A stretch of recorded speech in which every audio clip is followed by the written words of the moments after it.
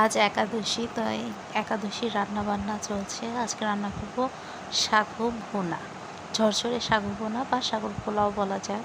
তো এখানে আমি আলু, গাজর আর একটু মিষ্টি কুমড়া কেটে এভাবে ভেজে নিচ্ছি। আর এটা হচ্ছে ছানা, সবগুলো ছোট ছোট করে কেটে আমি ভেজে নিয়েছি। যার যার ইচ্ছা মতো সাইজ করে কেটে নিতে পারে। আর এই হচ্ছে সাগুদানা, এটা আমি ভিজিয়ে রেখেছিলাম আধা ঘন্টা, তারপর এভাবে জল ঝরাতে দিয়েছি। এটা কিন্তু একদম সাদা স্বচ্ছ, যে সাগুদানাটা শক্ত সেটা। আর এটা হচ্ছে টমেটো পেস্ট, টমেটো, আদা আর কাঁচামরিচ একদম ব্লেন্ড করে নিয়েছি। সব কিছু একসাথে এখন রান্না করব। তো প্রথমেই কিন্তু এখানে ভাজিতে আমি আগে একবারে শর্টকাট করার জন্য আমি জিরা ফোড়ন, দারচিনি, এলাচ এগুলো ফোড়ন দিয়েছি। আর তারপর এই ভাজিটা করে নিচ্ছি।